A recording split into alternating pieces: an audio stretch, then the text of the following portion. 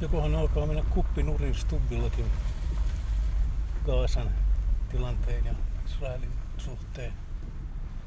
Nyt on saavutettu semmoinen vaihe, jossa ei ole enää mitään tekosyitä, ei mitään mahdollisuuksia ruveta sanomaan, että odotetaan vielä tai katsotaan nyt milloin olisi sopiva tilanne tunnustaa Palestiinan valtio.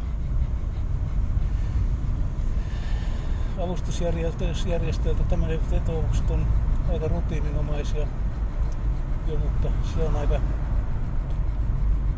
harvinaista, että uutistoimistot vetoavat ja puuttuvat tilanteisiin, josta niin on tarkoitus raportoida.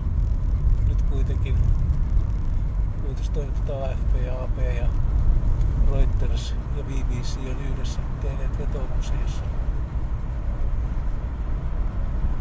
vedotaan Gazan silvittävän tappamisen ja nälänhätään kiristämisen lopettamista. Tämä on osoitus kyllä ainakin perussuomalaisen puolueen ja kristillisen liiton ja miksei kokoomuksenkin äärimmäistä moraalisesta rappiosta viimeisistä mahdollisista